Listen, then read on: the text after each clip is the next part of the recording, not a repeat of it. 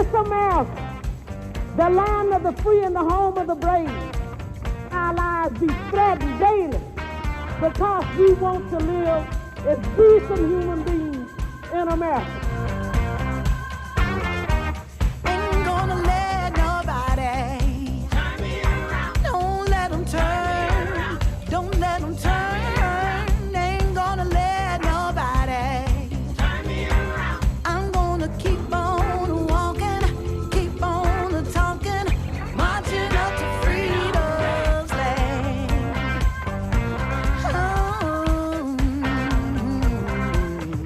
All types of conniving methods are still being used to prevent the Negroes from becoming registered voters. Ain't gonna let no racism turn me around. Turn me around. Turn me around. Ain't gonna let no racism. I'm gonna keep on walking, keep on talking, marching. There is a concerted, coordinated effort, y'all, to suppress the vote. It started when Africans were enslaved and forced to come to this country. There's never been a period of time in this country that there was not voter suppression. Ain't gonna let injustice turn me around. Turn me around. Turn me around. I'm going to vote. Justice. Yeah, I'm gonna keep on. Can't stop, won't stop. Can't stop, won't stop. Marching up freedom land. Yeah. Yes, I. We have to define the job description. We have to define the agenda. Oh, yeah. Ain't gonna let nobody turn me around. Turn me around. This is about power. Right, this is about our power. And ultimately, when we show up, we win. Walking, keep on talking, marching up to freedom land. I'm gonna keep on walking, keep on talking, marching up to freedom land. No justice, no peace, no justice, no peace. Oh, no justice, no peace. Oh, justice, no peace. I say fight on, just a little while longer. Fight on, just a little while longer. Fight on,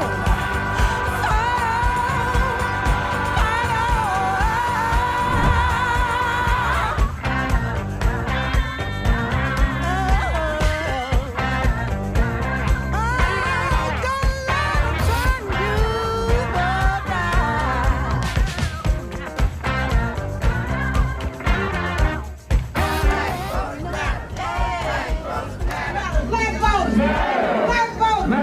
Black voters! I come here to urge every person under the sound of my voice to go to the polls on the 3rd of November and vote your convictions.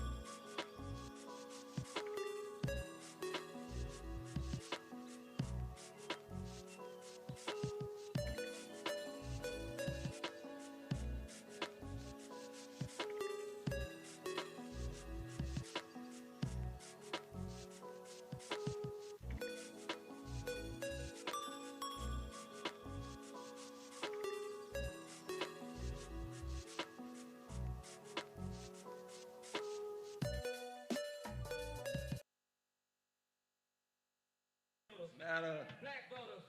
When I say black voters, you say matter. Black voters. Matter. Black voters. Matter.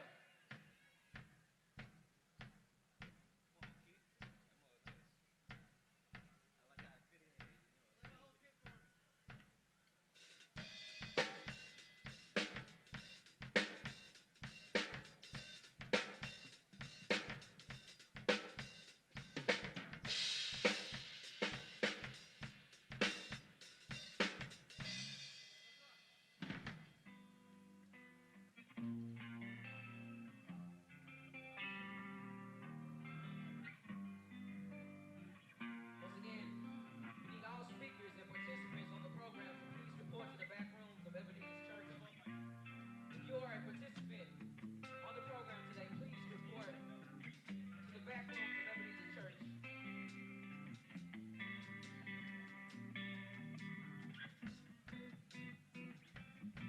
We don't want to leave anybody out.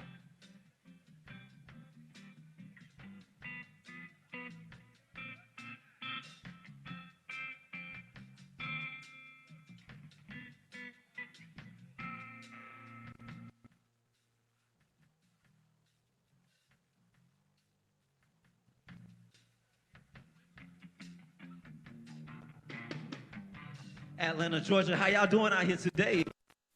This is a wonderful film.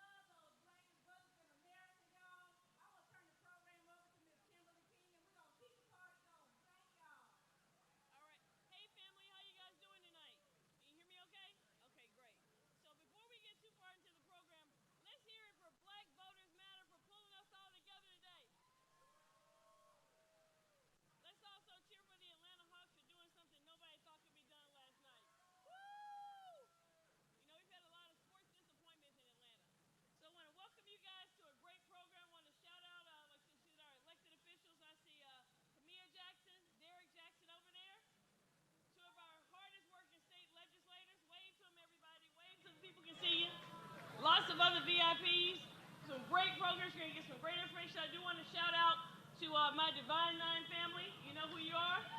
Woo! Okay, so with that, it is my honor and pleasure to bring two folks to the stand that I listen to every single day, two of the top journalists in Metro Atlanta, really in the world. Dr. Maria Boynton, the news director at Odyssey, which means B103 and WLK, and Big Tigger of the Tigger Show, named after himself, so you know he's pretty important. He has his own show. Oh, before they come up, I forgot to do this. Let's give a big hand for our entertain this amount of time, so I encourage you to please follow them on Facebook, Instagram, everything.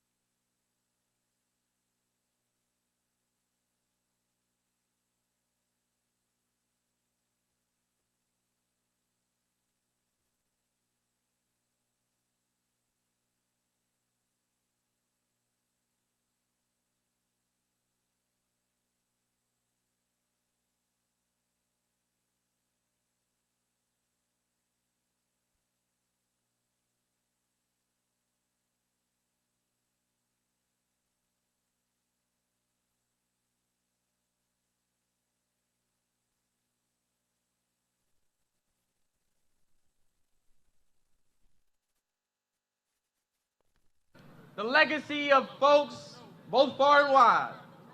For about 60 years ago, the original freedom fighters fought for the soul of this country. They fought for our ability to show up and to show this world who we are. And we have done so again, Georgia. And so we stand here today amidst a struggle in which we got people on all sides of the question trying to destroy our democracy. And so we're going to stand together, and we're going to demand that justice roll down like waters and righteousness like an ever-flowing stream.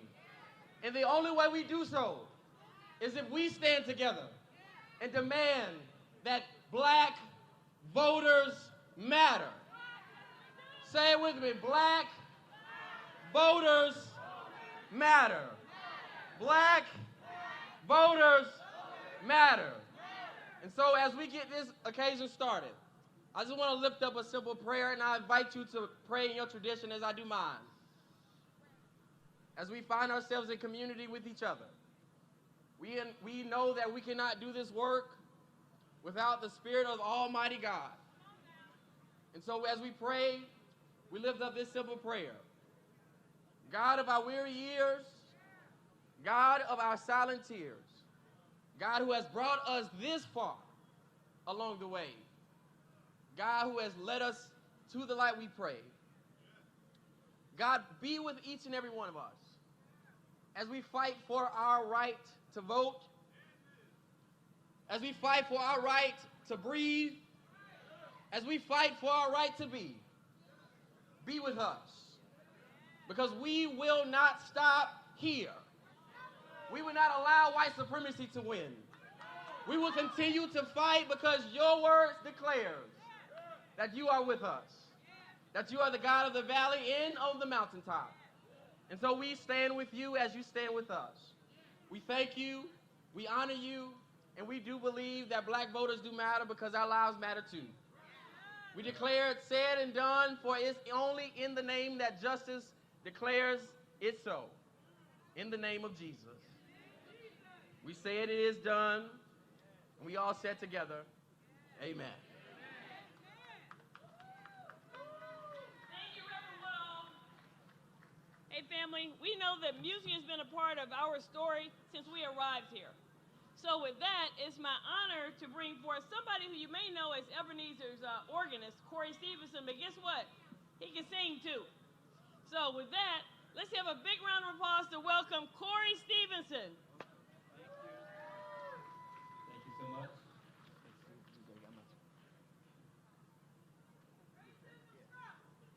It sucks. Again, my name is Corey. My artist name is Choreology. So I'm gonna sing Lift Every Voice and Sing. This is a new version that I did. It's got a little vibe to it, so hopefully you feel it and the ancestors are proud. All right?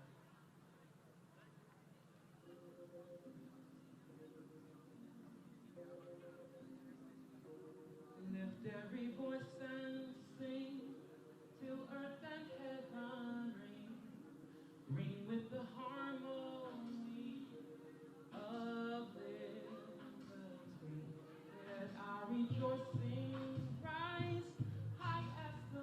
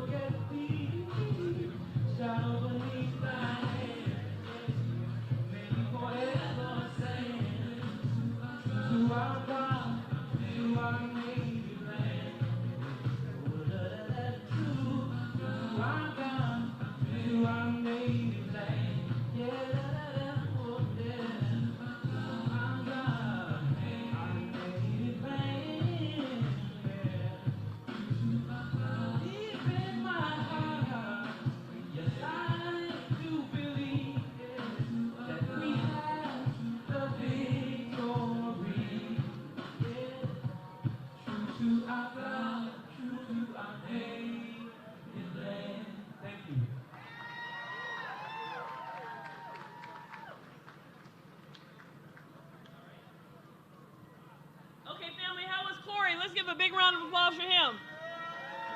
I like that new version of the song. What about you? Okay.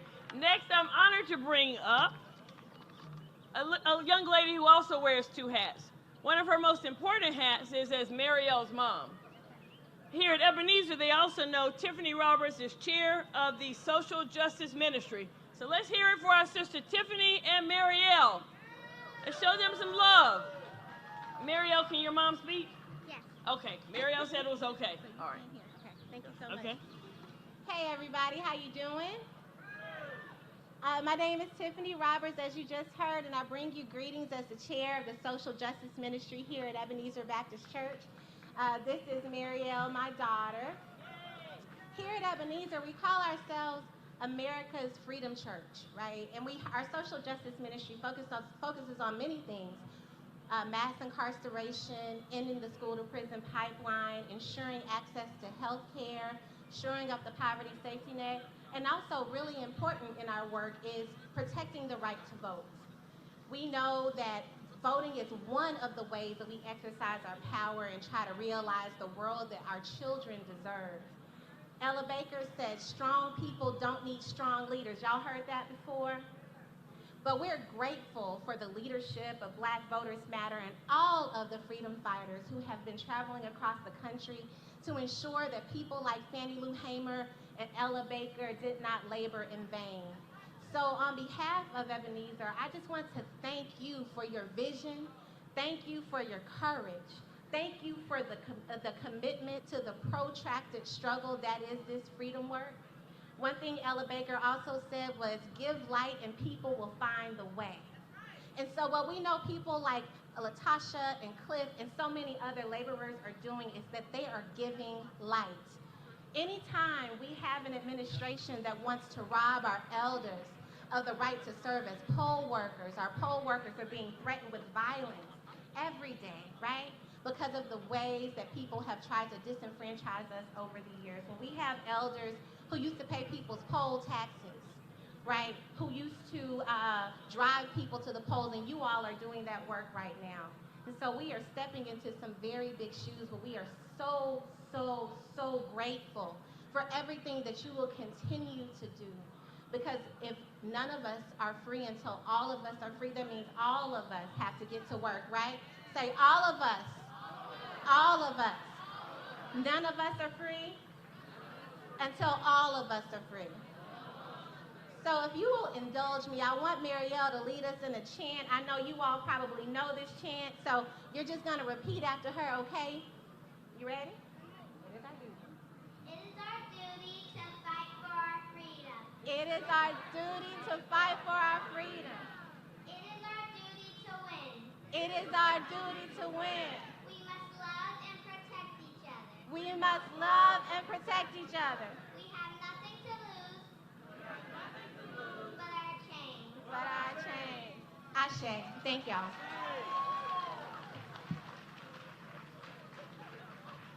All right, Marielle, that was great. I see a bright future for you in social justice. That, folks, is my honor now to bring up my fellow ATL sister, Andrea Young, also known as the Executive Director for the ACLU Georgia. They're doing lots of great work. We know their history. We know their work. So please help me welcome Andrea Young, folks. Come on. Thank you very much. It's so great to see everybody out here. We keep riding this bus, and we're going to keep on riding it till we have the vote. At the ACLU, we have already filed suit against the terrible Georgia voter suppression bill. We believe voting should be easy for every citizen, and every vote should count the same. It's bittersweet to stand here 56 years after the march from Selma to Montgomery, still fighting for the right to vote. But we have our hope, we vote, and we advocate. We must have a John Lewis Voting Rights Advancement Act. We have not had redistricting in this country without pre-clearance from the Justice Department since 1960. And we do not want to have that experience now. So with our votes, we sent 2 senators to Washington, D.C. They support voting rights. They support criminal justice reform. They support access to health care for all people. And we will continue to fight and vote and make sure that we continue to send people to Washington and to the Georgia State Capitol who stand for the principles that we stand for the rights of all people. So thank you for all that you do for our democracy. Thank you for all you do for equal rights of all people. And we will continue to vote, to hope, and to advocate for our rights. Thank you. Thank you, Andrea. Okay, folks, who out there knows about Fair Fight? They hit the scene in late 2018 and they have not stopped since. Today, we are so fortunate to hear from Hillary Holly. She's going to talk to us about Fair Fight's, one of their latest projects, the Summer of Action. Who's ready to get activated this summer? All righty. Let's welcome Hillary the way we do it in the ATL. Thank you. All right. Good afternoon, everybody. How are you doing? You doing well? Are you ready to win? Because we're going to win. All right. Hi, my name is Hillary Holly. I'm the organizing director for Fair Fight Action, which was founded by Stacey Abrams after the 2018 election. So as you all know, us, all of these organizations, all of you all have set the tone for America. And I really, truly mean it. I mean, every single day, I'm on calls with folks from other states, folks that represent national organizations, and the first question they ask is, well, what does Georgia want to do about this? What do Georgians have to say about this? So I want you to know that your power is real. In 2019, I'm going to take y'all a little bit through time. I'm not going to take up too much time, I promise. In 2019, we were dealing with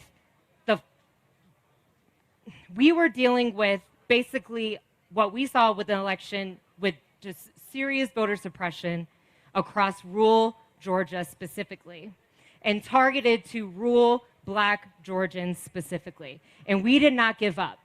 And the legislature came and they tried to suppress the votes again. And then 2019 happened and they got a bunch of machines, they were breaking down, they were dysfunctioning, they left our poll workers untrained, they left our counties with zero funds, right? And then 2020 happens.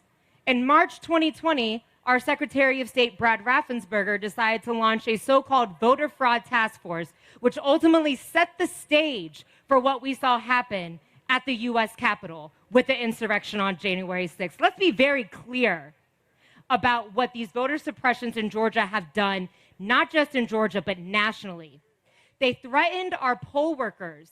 They tried to kill election officials because Black Georgia voters showed their power in 2018 and 2019, and we continued to build, and we end up winning in 2020. And even when all this threats and acts of violence, we then came back and said, you know what? We won in November, and we're about to do it again in January. So then in January, the whole nation's looking at us like, Georgia, what? And all of us are over here like, oh, we knew this was going to happen because we know our people. And so then, like I said, we were dealing with threats. Our legislators who were fighting in the Capitol with Rudy Giuliani coming in there, spreading lies. They were getting death threats, but they held it down for us. And our voters turned out anyways. And we delivered the first Black U.S. Senator from Georgia. And we elected the first Jewish U.S. Senator to Georgia. That is history, y'all. Under unmitigated threats of violence in modern American history. But now, so then we all took a break. We all went on vacation for 1 week. And then we came back, and our legislators are amazing. I see so many of y'all out here who protect democracy said, yo, they're dropping dozens of anti-voting bills. Y'all, down the street in the Capitol, They dropped over 52 anti-voting bills in Georgia after we elected the first Black and Jewish senator. That is the history that they are trying to push. But we fought them. So let me be clear. They were able to pass SB 202, which then triggered over 400 anti-voting voter suppression bills across the country. But we were able to get some small victories from SB 202. They tried to ban no excuse vote by mail. We defeated that. They tried to ban automatic voter registration, and we defeated that. They tried to ban souls to the polls during the general election, and we defeated that. Okay? So we got major, major victories. And now the next thing we need to do is demand Congress to pass the For the People Act. And they need to pass it now. And I am just so grateful for every organization here. I am so grateful for our members of Congress, like Congresswoman Nikema Williams, who fought to get this bill pushed. I am so grateful for Senator Warnock and Senator Ossoff for working day and night with Leader Chuck Schumer. But we need everyone in Congress to do the right thing tomorrow. And they need to make sure that the For the People Act moves forward because the time is now. They are preparing for 2022.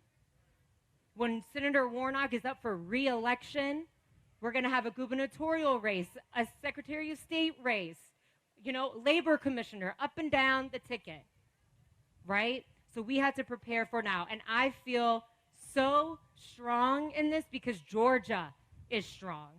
And y'all have Congress's ear more than anybody, I promise you. We're going to hear a lot about Joe Manchin, but it is about you.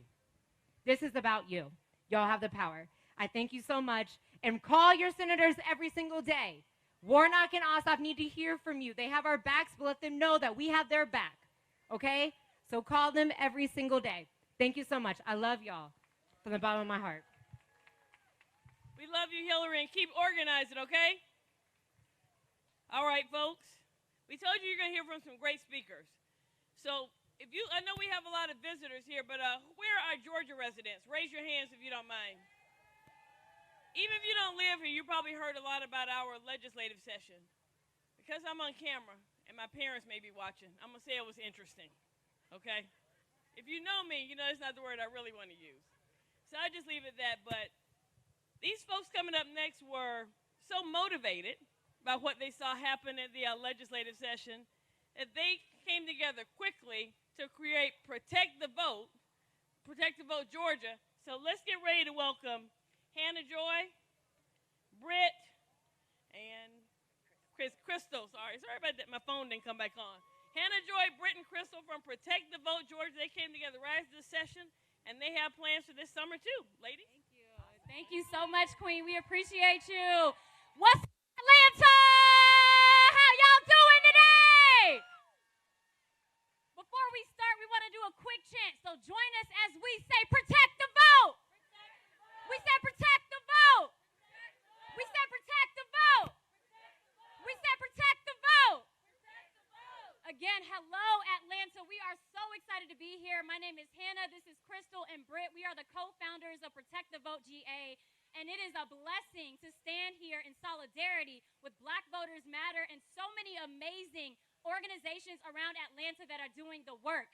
In addition to these groups, every single person in this audience has contributed to the history that our state made this past election. Everybody clap it up for yourselves.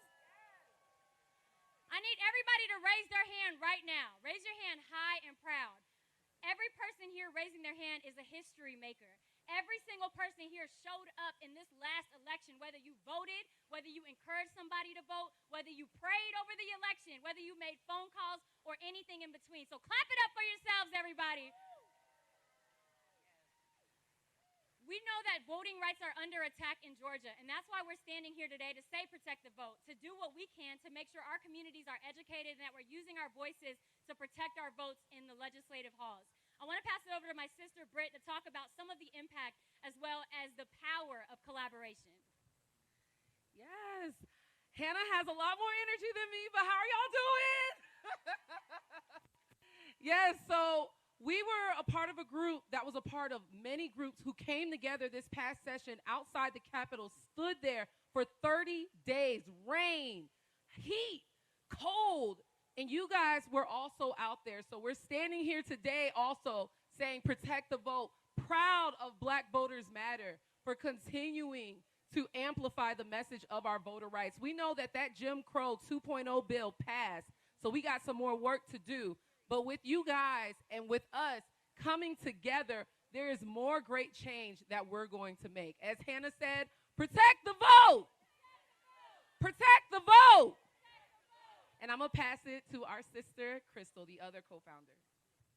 Hey, y'all, just wanted to say something real quick. We couldn't be here without you guys. We're a newly formed organization of all young activists who came together that wanted to make a bigger change. And we are just so happy and honored for Black Voters Matter because we are joining them today in this tour and going all the way to D.C. with them. And we won't stop spreading the word about the impact that Georgia has on the nation. One thing about our organization is we have 4 C's. We're collaborative, we're community-driven, we're consistent, and we're compassionate. And we just want to let you know that we're always going to be on the ground, on the streets, raising our voices. If you want to get involved, you can go to protectthevotega.org. On our social medias, our handles are at protectthevotega. Love you guys, and have a great rest of the day. Thank you, sis. And in conclusion, we just want to say that if you know a youth voter, clap it up, y'all. If you know a youth voter, make some noise. All right, Georgia had the highest youth turnout on average in the nation. Clap it up for our young voters. Our votes have power. Young people, we are powerful. I see y'all. Young people, raise your hands. Make some noise, y'all. Make some noise. Y'all are the future. Y'all are the future. So in closing, we want to do one more chant. Black voters matter. Black voters matter. Black voters matter. Black voters matter. Thank you, everybody. Thank you, Protect the Vote, for those chants and that message. We know that youth voters played an important part not only in 2020 and 2021, but all throughout the civil rights movement. I used to be a youth voter. Okay, but I'm not one anymore. With that, folks, hey, family, who remembers their very first time you voted? Who remembers that? I know I voted at West Manor Elementary School on Lyndhurst, where I went to elementary school. That was my first time voting. My parents voted there. I was so excited. And it went as planned. It was pretty uneventful. I stood in line, voted, etc. Well, I'm excited to bring up I know someone who's going to be a future leader, not just in Georgia, but probably in our nation. Miss Trinity Price, a student at Stanford University on the left coast, studying political science. She's going to share with us the story of the first time she voted. It was not like my story, and that does not make me happy. So let's show Trinity some love coming up here. Of course, I wish she was at UGA, but Stanford is a great school too. Okay. So. Hi guys, how are y'all? Okay. My name is Trinity Price, and I'm a volunteer for Common Cause. I'm 18, so I don't know all of the answers, but I thought it would be nice to share my perspective as a new Black voter. So as an 18-year-old Black girl living in Georgia, the concept and significance of race has never been lost on me. I always considered myself in touch with my African American heritage and generally comfortable with my part in Black empowerment. I graduated high school last month, and I plan to study political science at Stanford University with a minor in African American studies in the fall. However, in the past year or so, I found myself confronted with the notion that Black empowerment is much deeper than I originally believed. Yes, it involves Black pride and appreciating culture and everything I thought being Black was, but it also involves action. The election year and racial turmoil brought forth the last few years introduced me to the importance of voting and becoming involved in my community in ways deeper than I originally believed. I realized the real way to initiate change is to become involved in our governments. Expressing our voice is so important and so powerful that certain people in power with ulterior motives don't want our communities to realize it. With things like the filibuster, they distract and they confuse. They pit our communities against each other, and they divide. All the while, our nation pushes a facade of acceptance. We feign tolerance. We pretend that we listen to marginalized groups, that discrimination doesn't exist, and that every remaining bit of racism ended with Martin Luther King Jr.'s I Have a Dream speech.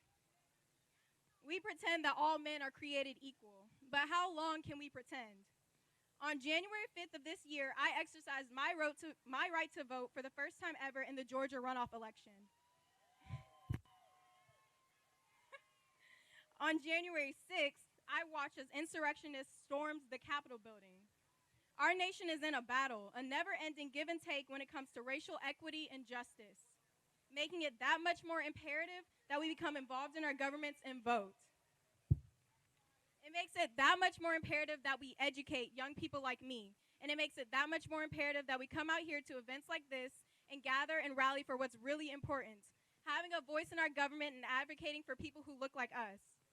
Thank you so much for letting me speak. I appreciate you all, and stop by our table in the back and sign some petitions to pass the For the People Act. Thank you. Great job, Trinity. Okay, folks, you guys have been very patient. We've heard a lot of talking. Now we're going to hear some more music. So you give us a couple of minutes to reassemble the stage a little bit. Brother Saeed Akbar and his team of drummers are going to entertain us for a few minutes. So who's ready for some good music, some good soul-stirring music? Are you ready? And that doesn't seem like you're ready. Give me a little bit more energy, family.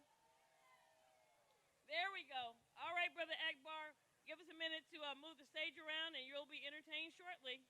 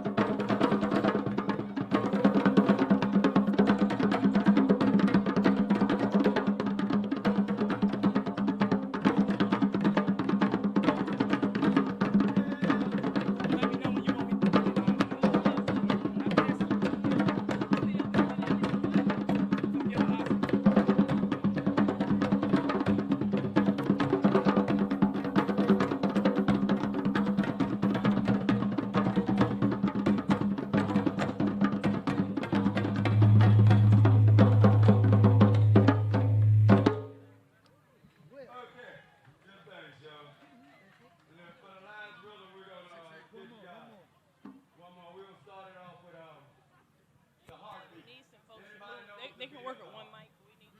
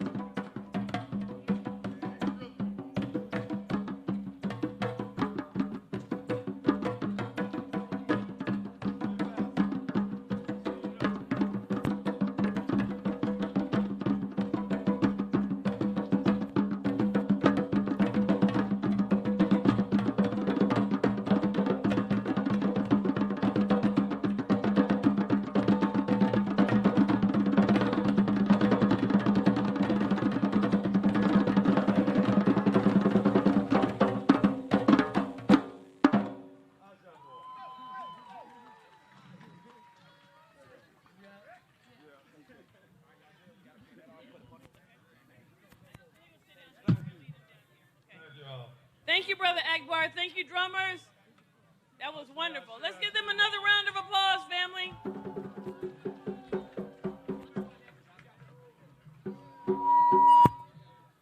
As you guys heard me say a little earlier, I am from Atlanta, but I am pleased to welcome to the stage some of my cousins, so to speak, from Eastern Georgia. Please help me welcome Marion Warren, Councilman Maceo Mahoney, Attorney Katrina Breeding, and Richard and Karen Garrett. I would just say this, they're going to tell you about the organization, but trust and believe they're doing some important work that will make Georgia a better place. And I'm going to leave it at that because I don't want to spoil the surprise. So who's going to start us off? Okay. Okay. All right. You starting us off? Are you starting us off? No, he's the interpreter. Okay. All right. Richard, who want me to go first? Who want me to go? Good evening. Good evening, everybody. How everybody doing today? I'm sorry. My name is Maceo Mahoney. I represent the city of Washington, Georgia. We're a small coalition of cities that are trying to get Barry Fleming, who is our city attorney, out, who sponsored the most controversial voter discrimination bill in the state of Georgia. And we want to thank Black Voters Matter and all the philanthropy organizations that have band together to educate, to inform, and empower all of us today. So with all that being said, I just want to say continue to work. Just by us being here assembles us and lets us and reminds us that there's still work for us to do, and there's work that everybody can participate in. Thank you. Good afternoon, everyone. My name is Richard Garrett. My wife, Karen, and I, we're from England originally, but we now live in Putnam County, Georgia. And Barry Fleming, lead author of SBO 202, is also our county attorney. And we've been making a fuss about it, but the problem we have in Putnam is that our county commissioners are 100% white male Republicans, even though our county is big and diverse, 30% non-white, 30% Democrat, and last time I checked, 50% female. And we have a chronic lack of representation. In 1981, the black citizens of Putnam County won a class action lawsuit alleging lack of representation. There'd never been a black commissioner in Putnam. 20 years later, some white citizens overturned that, and we're now back where we started. Absolutely no representation if you're black, Democrat, or female, frankly, at the moment. So we're just trying to partner with Washington, with Hancock, with Greensboro, where Fleming is also attorney, and try together to do more than we can alone. And I'll end by saying I think it's great to see some white people here. We need to be out in bigger numbers. We need to support our black brothers and sisters. And only by doing this together will we really make the progress that we need. It's 50 years on from Dr. King. A lot of more work to do, massive lack of representation. Good afternoon.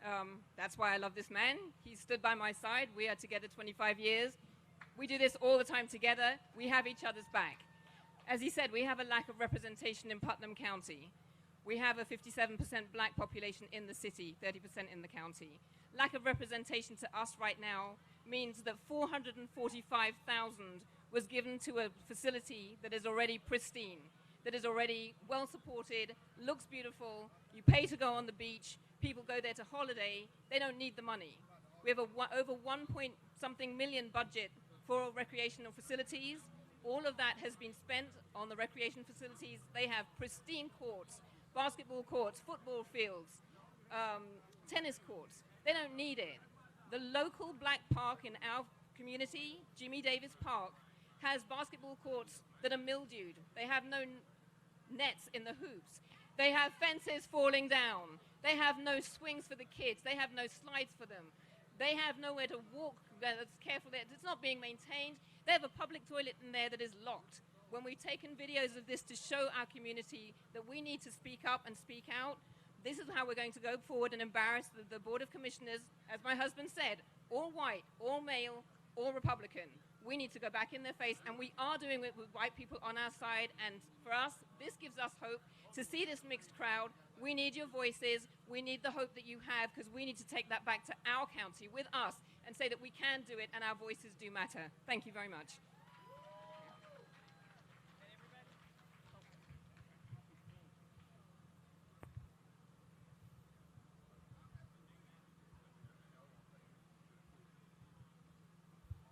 Good evening. My name is Marion Warren. I'm from Hancock County, the blackest county in the state of Georgia. Okay. The blackest county in the state of Georgia. And, okay, very good.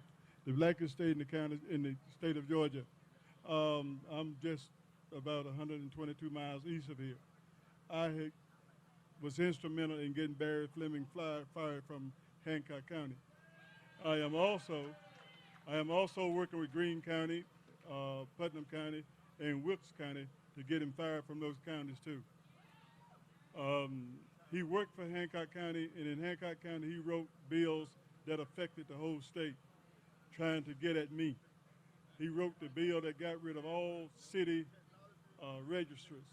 He also wrote was instrumental in writing Bill 316. So he have done quite a bit of damage to the voting apparatus in the state of Georgia. He needs to go from any place that he works, even at the Capitol. Thank you. Thank you, my brother. Let's hear it for our family from Eastern Georgia.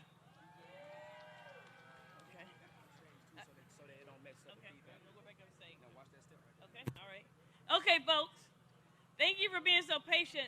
But as you said, you're getting a lot of great information, a lot of great knowledge in one place. So I want to make sure everybody stays engaged.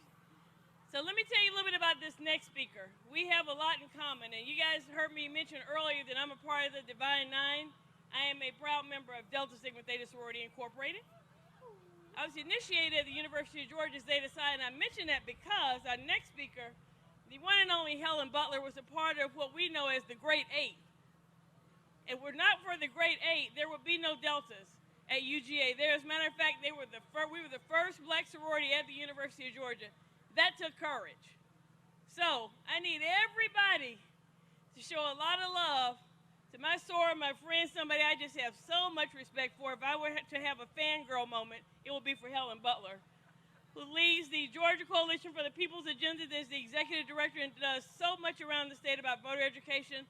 Join me in giving a big round of applause for Helen Butler, please. Don't disappoint me. Don't make me look bad. Okay, all right. All right, my Sarah Kim. Hello, ATL. I bring you greetings from the Georgia Coalition for the People's Agenda, an organization founded by the late Dr. Joseph Eccles Lowry, the dean of the Civil Rights Movement. And I'm here to tell you, you've heard all about voter suppression.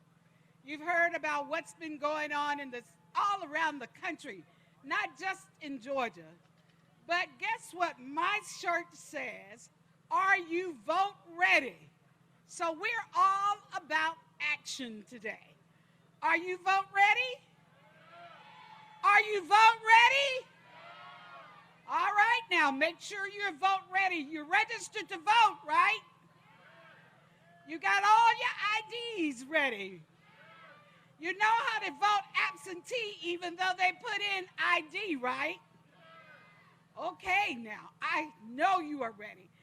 But first, I got to recognize a great leader, Mr. John Evans from DeKalb County. Longtime civil rights activist. But I want to tell you about something that's happening right now. The Secretary of State of Georgia has just announced that he's going to remove 102,000 Georgians from the voter rolls. Did you hear me? 102,000 voters from the voter rolls. But guess what? All of those will not be permanently removed. So if you haven't had contact with the local board of elections, or if you had information returned to your local board of elections, all you have to do is show up and vote. You may be put in an inactive status, so you're not totally purged. Want you to hear that. So if you get a little notice saying you're about to be purged, please respond to it. But if you haven't voted in 2 election cycles where there is a federal candidate on the ballot, you will be removed permanently. So the majority of the 102,000 people are going to be put in an inactive status. So the only thing you have to do is show up and vote. Did you get that? What you have to do is, what do you have to do?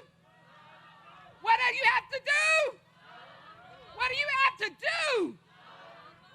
All you got to do is show up and vote. Be vote ready. Thank you. Thank you, Zora Helen. Hey, folks, let's keep this thing moving. It's my honor to bring up Congressman Hank Johnson, my Coleman Love brother, is here for Coleman Love people, if you know what I'm talking about. Represents Georgia's 4th Congressional District, working real hard for us. Brother Johnson. All right. Thank you. Hello, everybody out there. So great to be with the Freedom Riders of 2021. Welcome to Atlanta, y'all. You know, 60 years ago in May, the original Freedom Riders took off. John Lewis was one of them. It was about 475 overall, but it was 13 originals. John Lewis was one, and there's only 2 others who are still alive, Charles Person and Hank Thomas. They both live in the 4th District, which I'm honored to represent. The others have gone on. But the movement that they rode for 60 years ago continues. The movement then was for the ability to ride on the bus with everybody else. To desegregate public accommodations is what was happening. We didn't have the right to vote yet, even though it had been enshrined in the 15th Amendment, which was passed, ratified in 1869 after slavery was abolished. It took until 1965 in order for us to get the Voting Rights Act that took away all of the things that kept us from voting. And so since then, we've been able to vote. But just like on Juneteenth of 1865, when all of the slaves in Texas were told that you had been freed 2.5 years ago, well, just like there was a lag time in getting the message to them, there's been a lag time getting the message to some people that black folks have a right to vote in this country. They still don't know. Well, some of them do, but they want to act like they don't. But we got to let them know, and that's why it's so important for this freedom ride to be continuing all through the South, all the way to Washington, D.C. We're going to talk about the fact that we're not going to stand for it. We're not going to let these folk take our right to vote away inch by inch. We're going to stand up and make sure that we go to the polls in 2022 and protect these hard gains that we have established, one of which was to elect the pastor of this church to the United States Senate, Raphael Warnock. He's up for vote in 2022. We're going to have to make sure that despite all of this voter suppression, we make sure we make that happen. So I just want to say thank you all for being here today. You know, some things never change. They change gradually.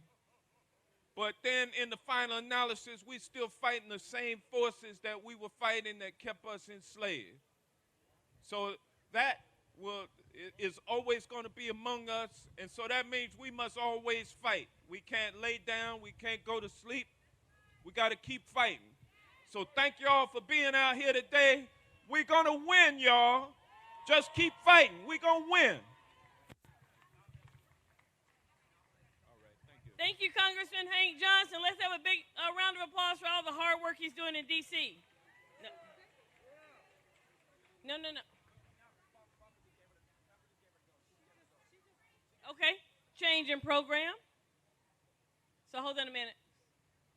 Hey, Richard, let me bring up Brother Richard Rose, President of the Atlanta NAACP. How's everybody? So about 7 years ago, we attacked Stone Mountain with John Evans from DeKalb and SCLC. I got back to the office and a polite gentleman called me. He said, Mr. Rose, I'm a white guy.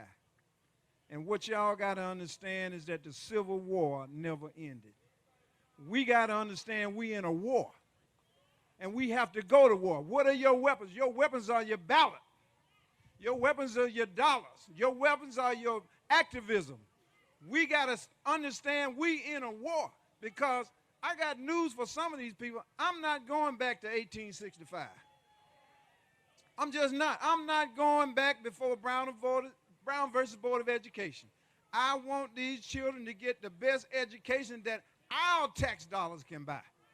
We just not going back. I'm not going back before the Montgomery bus boycott, but I learned from them that our collective action and our collective dollars can make a difference.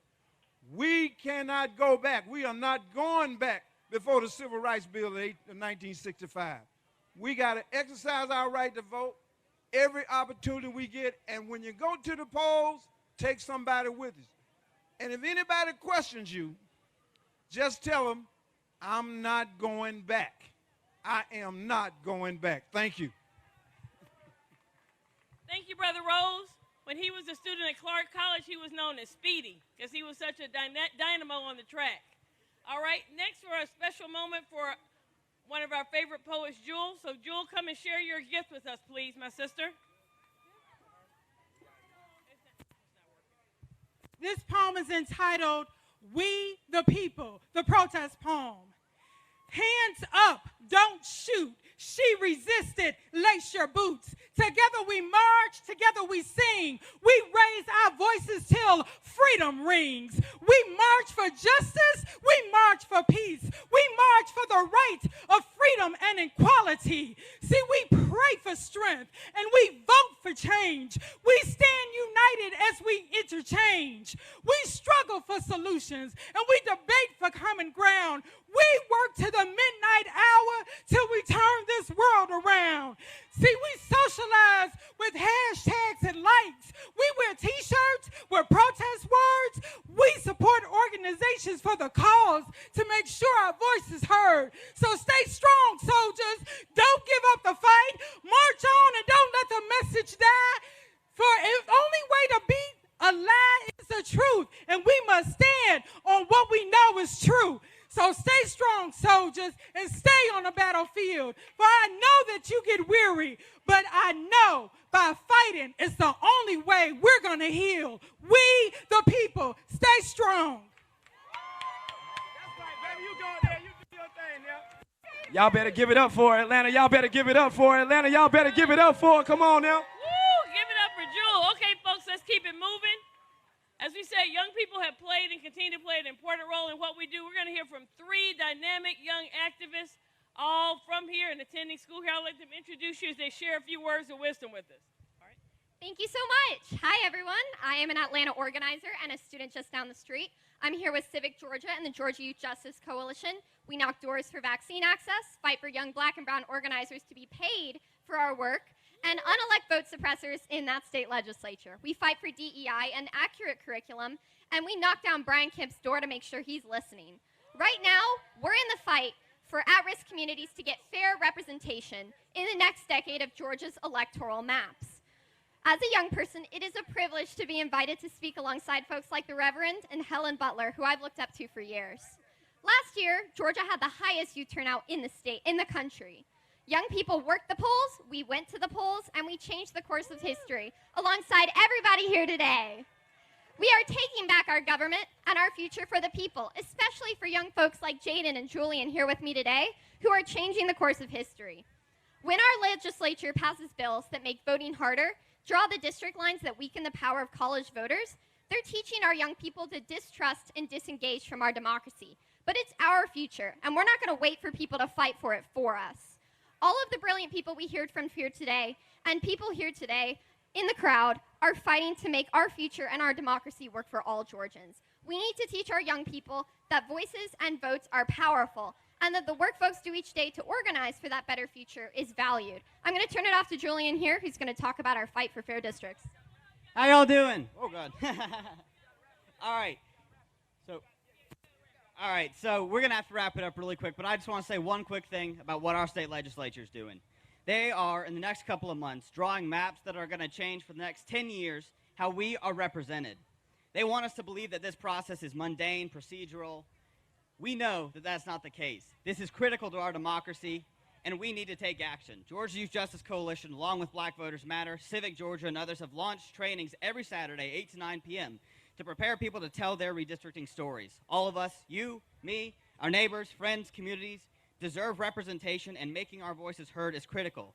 We'd love to see y'all Saturday, and especially at those town halls. Y'all can find more information for our trainings on Instagram at YoungGAJustice.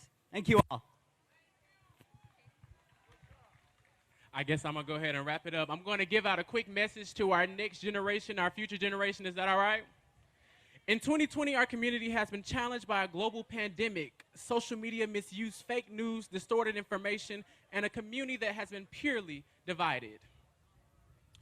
But in 2021, we must start acknowledging our history and prepare for our future. In the process, we cannot regress because we failed to remember the struggle of the past. We must continue to be educated, engaged, and involved in selecting policy and decision makers that will impact the people and our children. So guess what? I need y'all to chant after me. You matter. I matter. We matter. My name is Jaden Williams. We are working, winning, and voting. Thank you so much. Thank you, Jaden. I feel like we're going to be okay with great young folks like this looking out for us. Up next, please introduce my sisters from Unite here. We have, woo! They have come from a long way and nearby. So please help me welcome Nadia Joseph and Wanda Brown with Unite Here. Unite Here in the house. Are we in the house? Listen, this is not new to us. We fight every single day for our members, our workers. I'm an immigrant black woman. The reason I wanted to be a U.S. citizen was to be able to vote, to be able to see a fair election. But right now, they're trying to take that away from me. Why? 2020, we put our members on the battleground, and we won back the White House. 2021, we put our members in Georgia, and guess what? We took back the Senate. gonna do now? We're gonna get our voting rights protected because we're gonna fight. We're gonna do what we do best. When we vote, and that's what they're afraid of. I'm gonna pass it to my chapter president, Wanda Brown. Hello, everybody. Welcome, welcome, welcome to Atlanta. My name is Wanda Brown, and I'm the Atlanta chapter president for Unite Here Local 23. I'm just grateful to be here. We all know what we do. When we fight, we win. When we fight, we win. When we fight, we win. Let's get organized, y'all. We know what to do.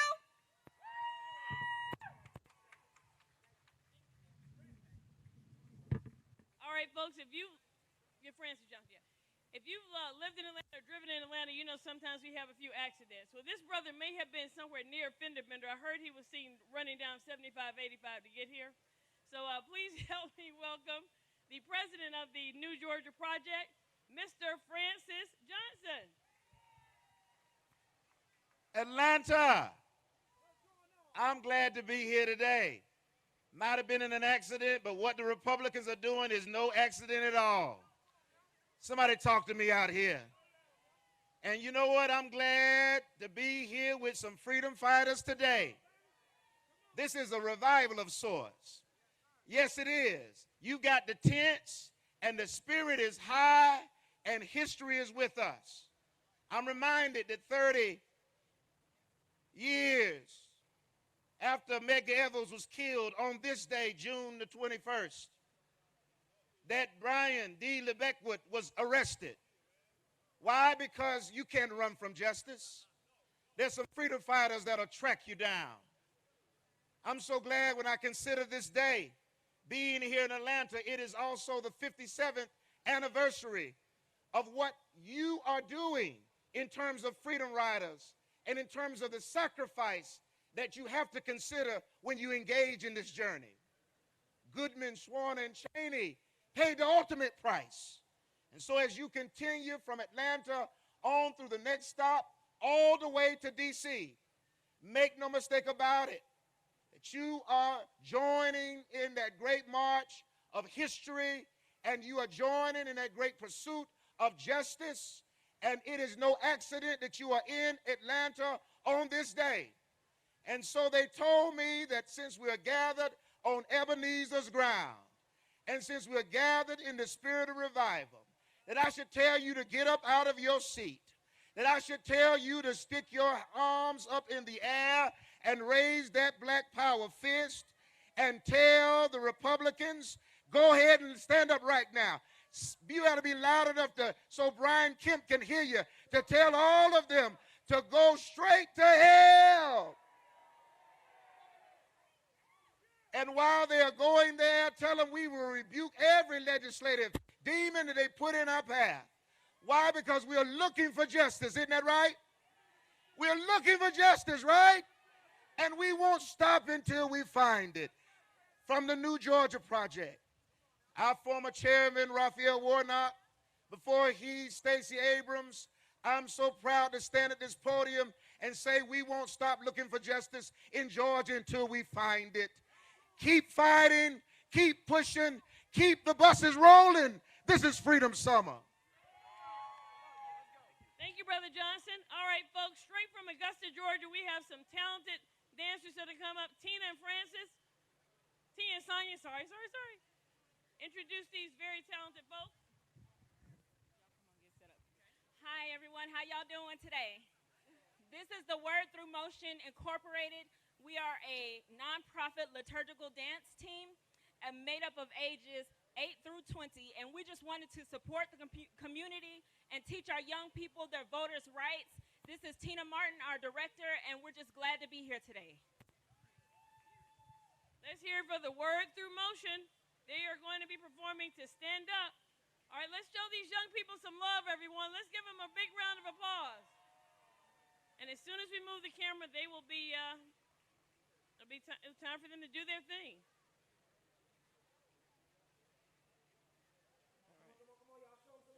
Show them some more love. Let's motivate our young people.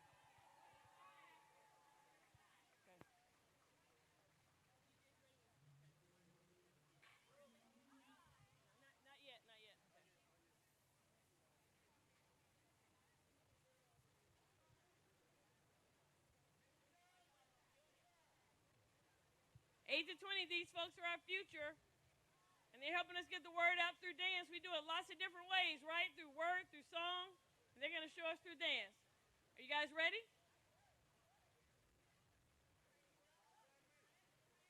All righty, let's go. Yep.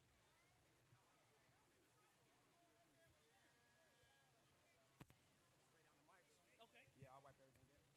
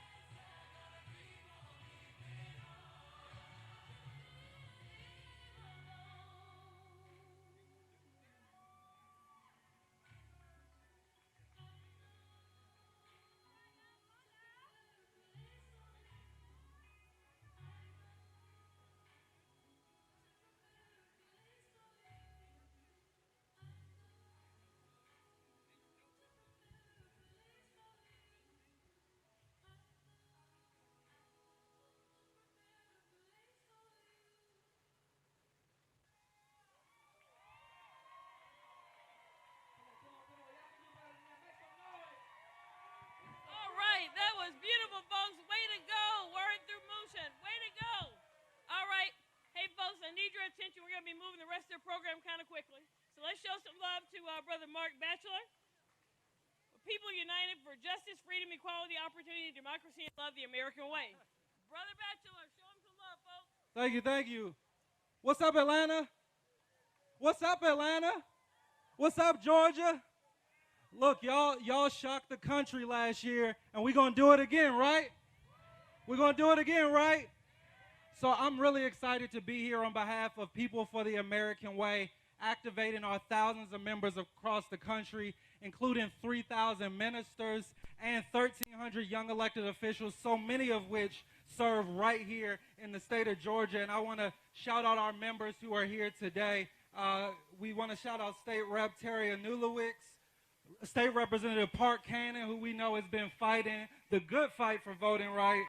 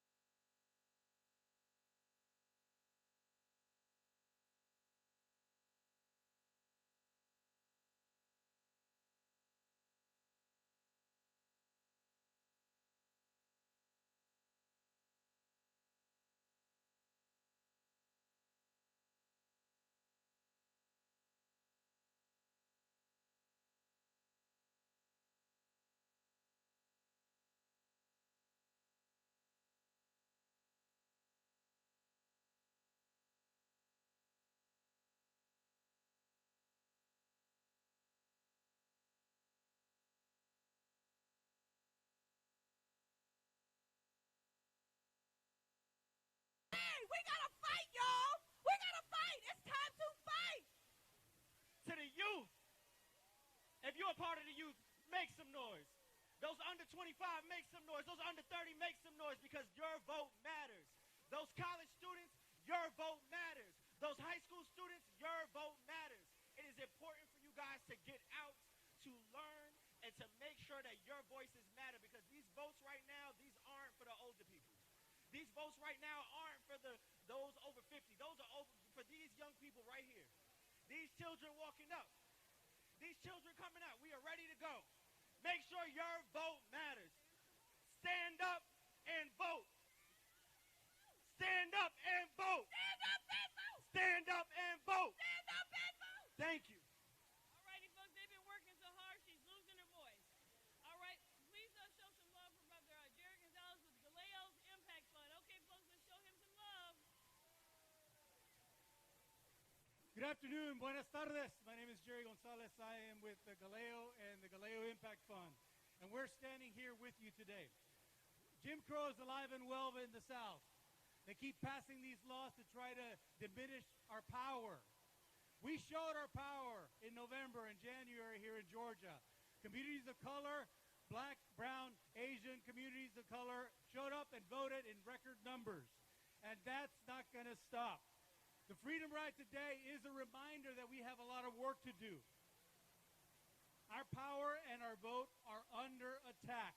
And because of that, the Senate must pass For the People Act and the John Lewis Voting Rights Act. And to do that, the Jim Crow filibuster must also end. Do you want to end the filibuster? Should the filibuster be ended? This work involves all of us. Join us as we move our nation and our state forward. En la unión está la fuerza.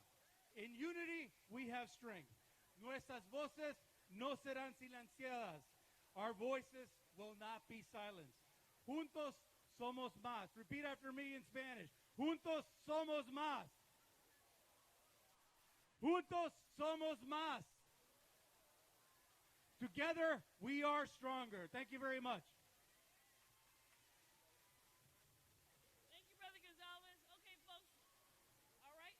So please help us welcome some really important and smart folks here with the Advancement Project. First off, the Reverend Derek Rice with the Proctor Conference. Brother Rice. What's up, Atlanta? Oh, wow. What's up, Atlanta?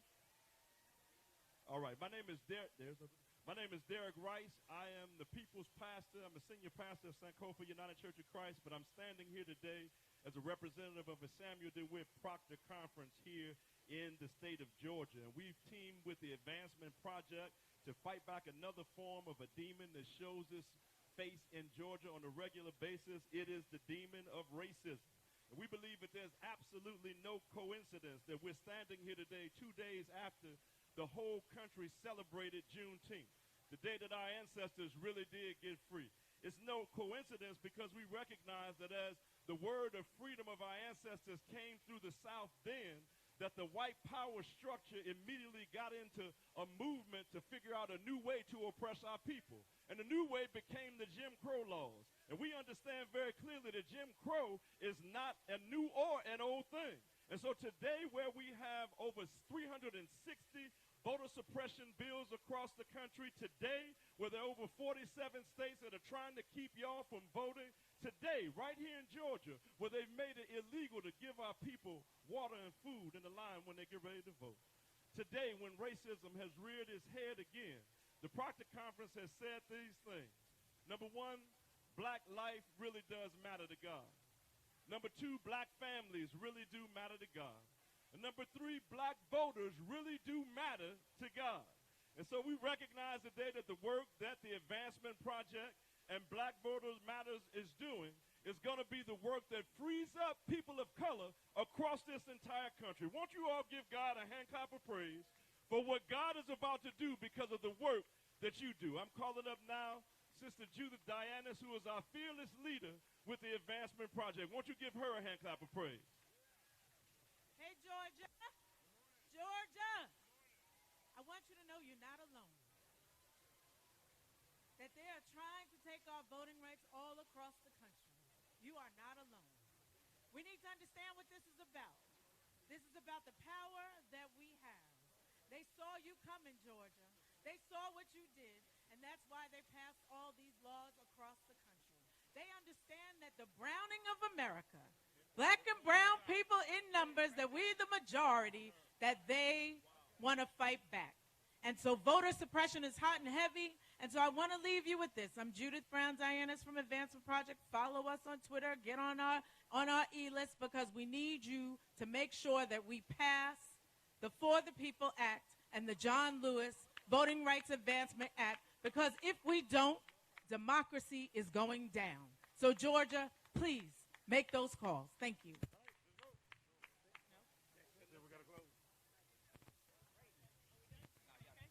Okay, folks, let's hear it for the Advancement Project and the important work that they are doing.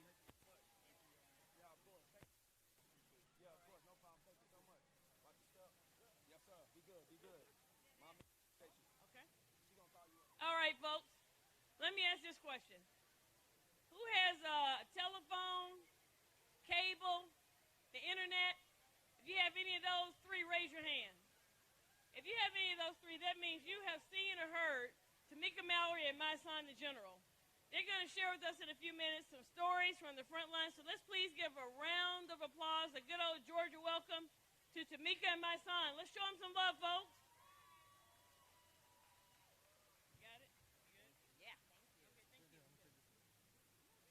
How you doing today? I'm not going to be up here long, and I'm glad that Tamika let me go first because I hate speaking after her. But the reality of the situation is we don't have the right not to do nothing. And we're going to fight because we don't have a choice. We don't have a choice not to go out and vote. We don't have a choice not to fight for our voting rights. It's not just because our ancestors died, it's because our future is still alive. And we got to fight for our future. Am I right? Are we going to let our kids go through the same thing we went through? No, because we're going to fight, right? We're going to stand up and we're going to make sure that they respect our voting rights. We're going to make sure that our kids have opportunities that we didn't have. Every day that I stand on these front lines is so that my son never has to go through what I went through. So I'm going to pass this mic off, but I want y'all to know that we need something different, and the only way we're going to get something different is if we vote for something different. The same way they roll for freedom, we got to walk for freedom. You got to walk to vote. You got to walk to that place to vote. Tomorrow I want y'all to go out there. Oh, that's it tomorrow. Oh, so when do y'all vote? Tell me when y'all vote, because tomorrow we vote in New York. When y'all vote? Listen, on November, we need you to go out there and demand that they give you those rights. We're going to show up in drones. We're going to show up hundreds and hundreds of thousands, and we're going to demand that you respect our vote, because we understand that freedom ain't free. God bless you. How many of us know that we need protest and policy? How many of us know that we must march and we must vote? That the two things go together. And so in my good protest voice, I want us to rise up today, and to let them hear us far and wide. So when I say no justice, you all say no peace. No justice! No justice! All right, that ain't. It's too many people out here. That's not working. It's not working. We got to do it again like we mean it. Do we mean why we came and sat in the heat today for our voting rights and every other right that we're fighting for? Do we mean it? All right then, so no justice, no justice, no justice, no justice. Now, brothers and sisters, I am so proud to be standing here as one of the 4 co-founders of Until Freedom, alongside Black Voters Matter and so many other organizations that are out here, because this is what we must do. We must be intentional about working together to force the change that we know we deserve. We must demand it not as one, not as two, but as a solid entity that is working hand in hand. We don't have to do it the same way on each block, but what we do have to do is ensure that none of us will do the work alone, that we will not stand alone. It is so important that all of you have shown up here today to say to those who have organized this incredible, incredible tour that we are not alone, that we will fight together no matter whether it is hot, no matter whether it's raining, no matter whether it's sleeting, storming. We are going to be out here because we will not go back. The simple message that we are sending is that we will not go back, that we have come too far, that too many have died, and we will not allow them to roll back our rights and to roll us back in history, because that is exactly what is happening in this moment. There is an attempt to take us backwards, and we don't go backwards. We go forward. But we cannot go forward in silos. We have to go forward committed to the idea that all of us will stand together and that we will force this administration that we are responsible for. We put them in office. We marched up and down these streets. We talked to our brothers and sisters who didn't even want to show up at the polls because they don't believe in this system. And we encouraged them. We gave them what they needed to get up and to show up. Now, they cannot embarrass us. They must not send us back to our communities empty-handed and then ask us to come back out in 2 and 4 years, because we won't do it. The only way that we will show up to our people and that we will maintain credibility is if we can take them back the fruits of their labor and show them where their work has turned into tangible change. And so when we demand police accountability, you can't call for that without showing up to vote. If you want changes in education, you can't demand those changes without showing up to vote. And that's why our rights must be protected, brothers and sisters. And so Don't think of your time here today as some leisurely moment where you came out to hear some speeches. You are actually on the front lines of this movement, and your showing up here today says that we don't ask for change. We don't ask for our rights. We don't ask for freedom, that we are demanding it. And damn it, we won't go back. We will ensure that either you come with us or we will drag you down the road, because we will achieve what we need in this country. Justice is ours, and there's no conversation about that. God bless you, brothers and sisters.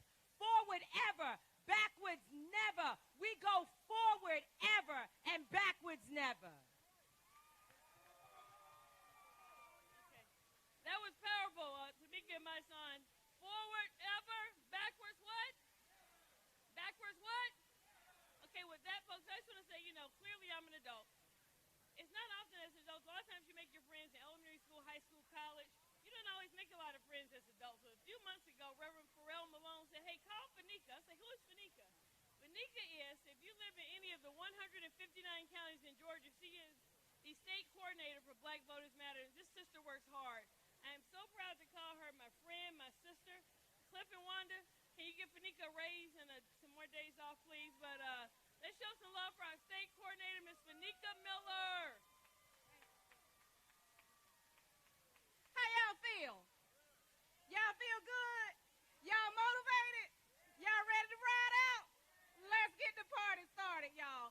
I have the privilege of introducing some of the baddest, most dynamic, amazing organizers in the land, y'all.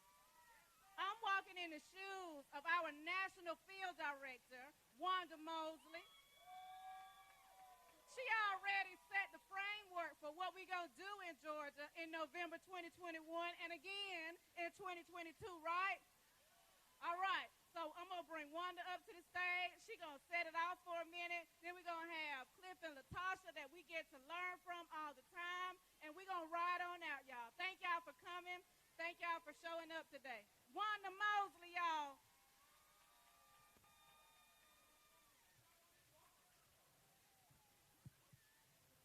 Hey, Georgia. What's going on, y'all? That ain't good. That ain't good enough. I need to talk to the people who shocked the world. Hey, Georgia! I need to talk to the people who were bold enough to believe that they could make history not once, not twice, but 3 times. Hey, Georgia!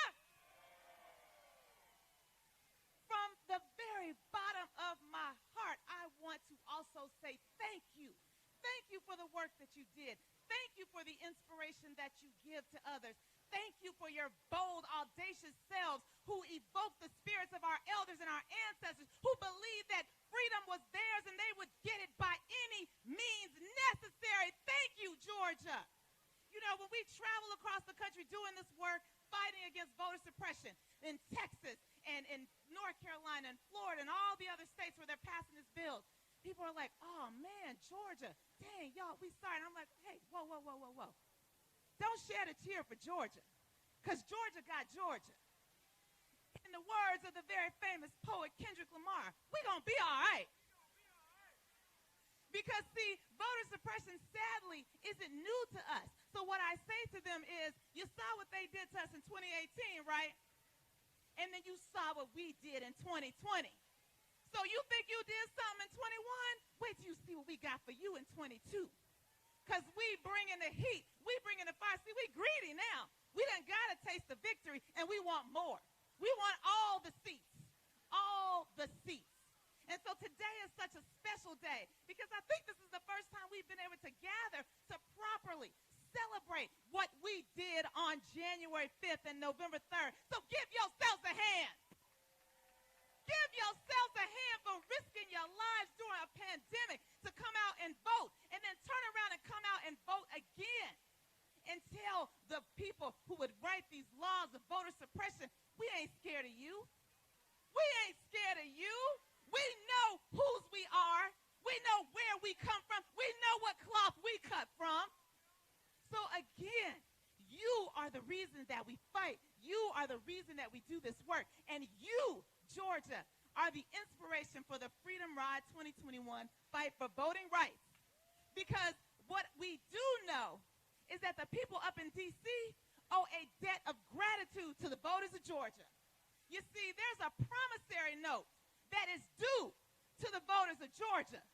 And so I said to Cliff one day, I was like, Cliff, we might need to gas up the bus and roll on up to D.C. and let them know what we're working with. And so we are on our way, bringing a message of love and power. But not that anemic love, no, not that reckless power, that real, sincere, down-to-earth, sincere love and power. And we are taking that message from you, Georgia, to D.C. We are rolling up there, and we are not asking. We are not requesting. We are demanding the protections from the federal government to protect our right to vote. Because on January 5th, 2021, that promissory note was signed, and on the 26th day of June in the year of our Lord 2021, it is payable upon arrival. So take note, we are coming. We are coming for what is due to us. We are coming to tell you, use the power we gave you. We, the people of Georgia, gave you that power, and now it is time for you to use it.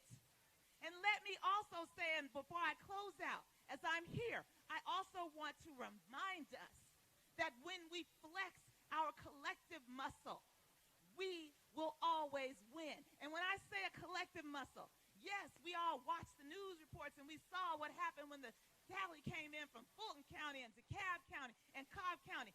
But to be clear, Georgia, be clear, the Metro ain't bringing nothing home unless and until them rural counties set that table. So I'm talking about Randolph County, Clay, Calhoun County. I'm talking about Dougherty County. I'm talking about Seminole and Decatur. I'm talking about Thomas County. I'm talking about Grady County. I'm even talking about them ruby red counties like Lawrence County and Coffee County, where we dare to go into those red counties and say, black people want power. It is ours, and we go take it. And when we got that power, you saw what happened, and they saw what happened, and they are scared. And you know what? They should be, because we got the power now, and we ain't giving it back. So next year in 22, let's do it again, y'all. Let's do it again, Georgia. Thank you. Next, I am so proud. I am so humbled to bring up to the stage my mentors, the baddest organizers around. See, that's why, y'all, I ain't scared about all these bills they passing. They can pass all the bills they want to, because we are brilliant with all capital letters. And we know how to organize around all that foolishness, because we got in our corner the brilliant, the baddest, the smartest, the most strategic organizers you know, Latasha Brown and Cliff Albright.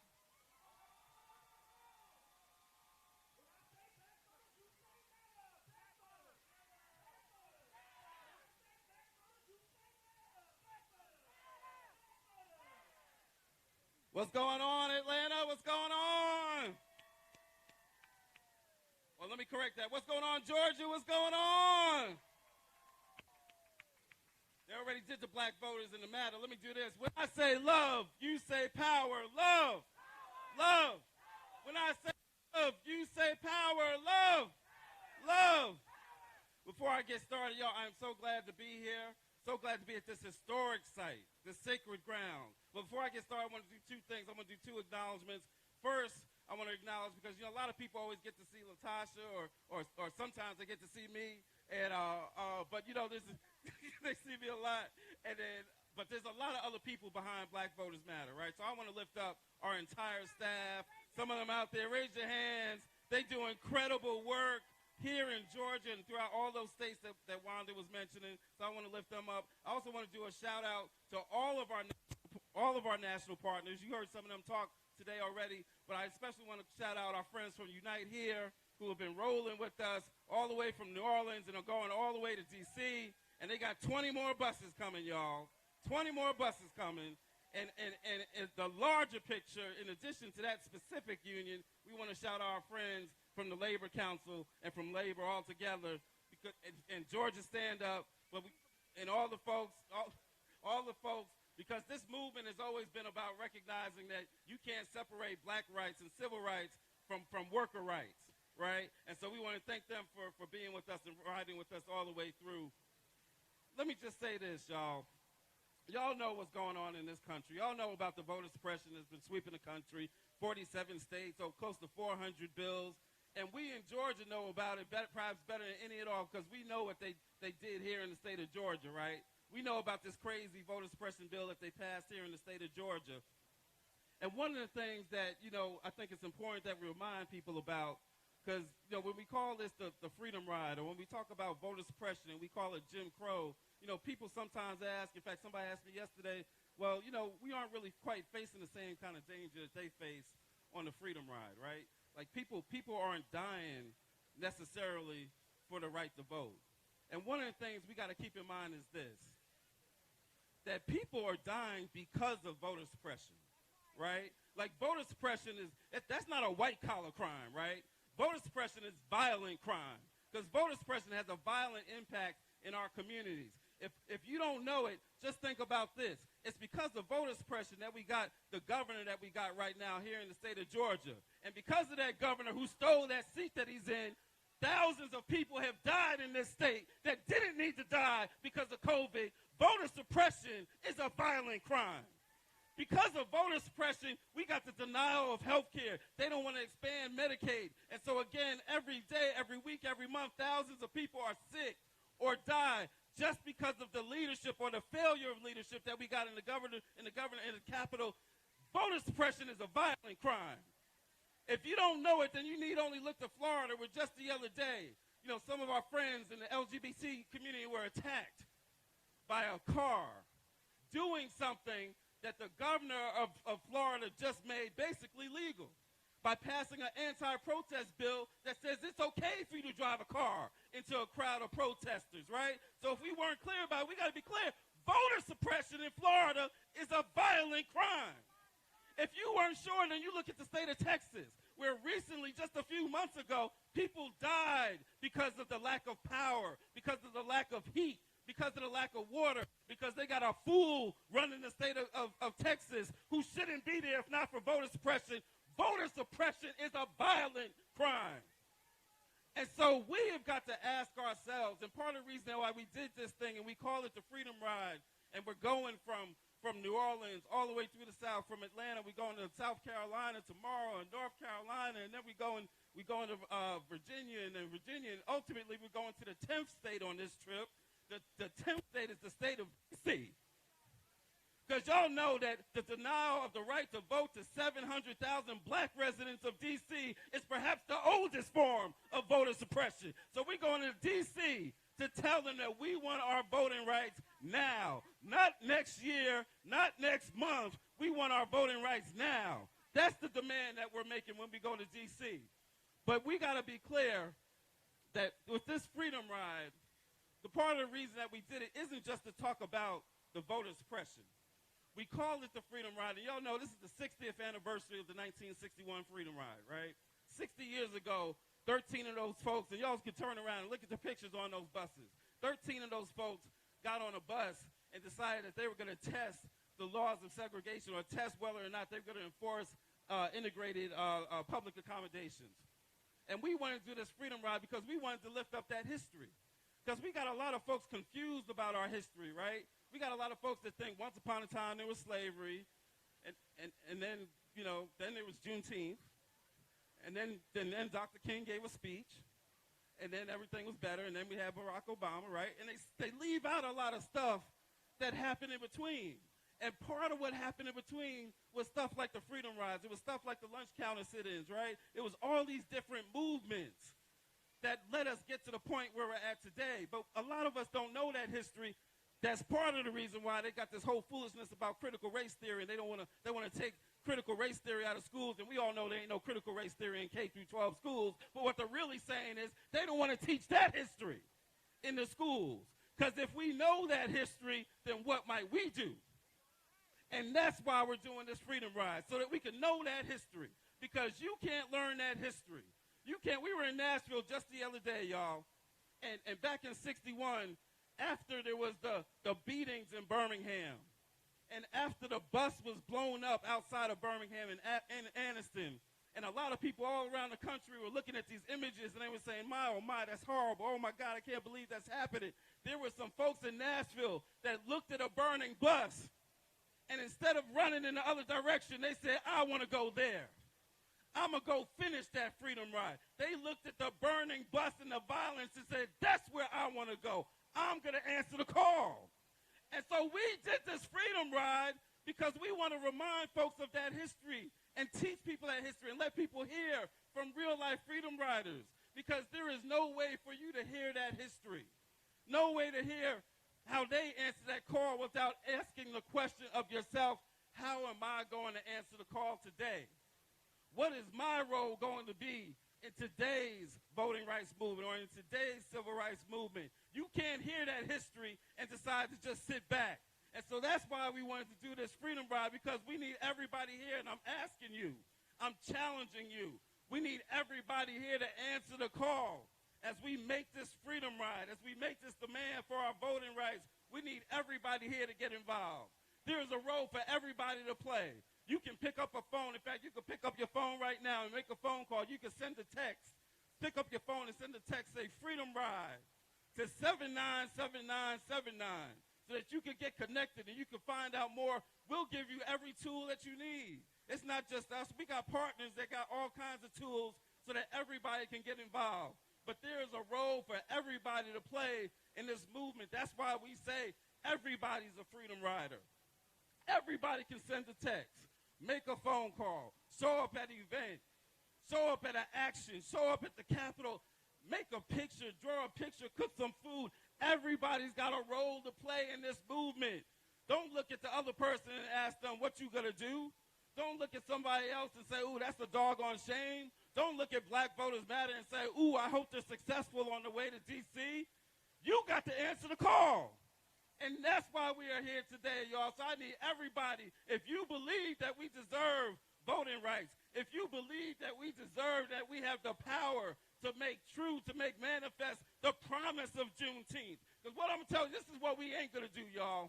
On the anniversary of Juneteenth, for the celebration of Juneteenth, what we ain't going to do is watch these folks vote for a bill that gives us a holiday at the same time they're voting to deny us the voting rights that we thought we was going to get when that holiday first came. That's what we ain't fitting to do today.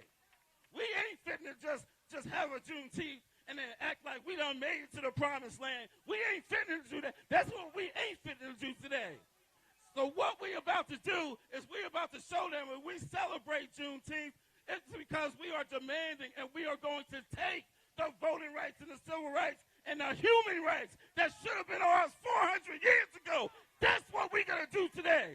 Now, there may come a day where in Atlanta, when the heart of the civil rights movement, where the place where Dr. Martin Luther King preached, there may come a day where we turn our backs on that history. But I'm going to tell you something. Today is not that day. There may come a day when we decide that we're willing to take second-class citizenship. But I'm here to tell you, today is not that day. There may come a day where we lack the courage that the Freedom Riders and all those who fought for us showed, from Denmark to Harriet to Sojourner to Fannie Lou. There may be a day when we let them down. But I'm here to tell you, today is not that day. So I need all y'all to put a fist up. And I need you to say, I am a Freedom Rider. I am a Freedom Rider. I am a Freedom Rider. I love y'all. That's my brother right there. You know what I want us to do? I want us in the spirit on today, 1964. There were 3 young men that were murdered on this day. Cheney, Goodman, and Swerner. And what they were murdered for is they had been organizing in the Delta region of the Mississippi, right, to register folks to vote. And these young men lost their lives. And so I also want us to recognize that the work we got to do, but we always got to leave space for the sacred and to really acknowledge, right, there is a continuation of what's building on this movement. So I just want to take a couple of minutes for us to sit in it and just a couple of seconds to give honor to those 3 lives.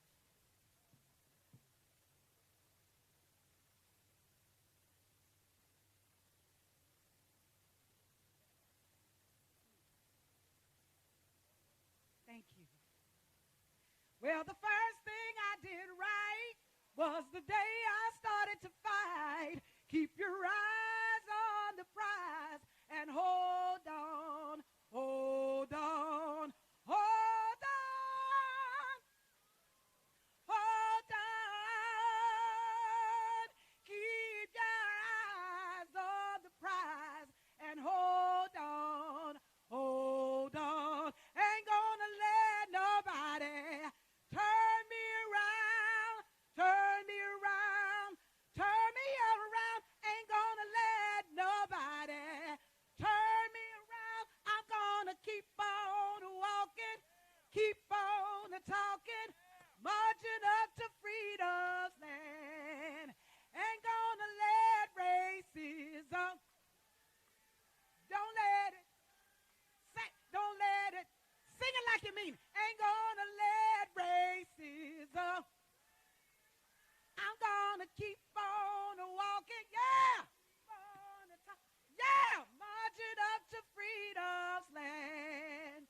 I wanted to sing those songs because I want us to remember who we are, y'all. I want us to remember at a time where we didn't have a lot of resources.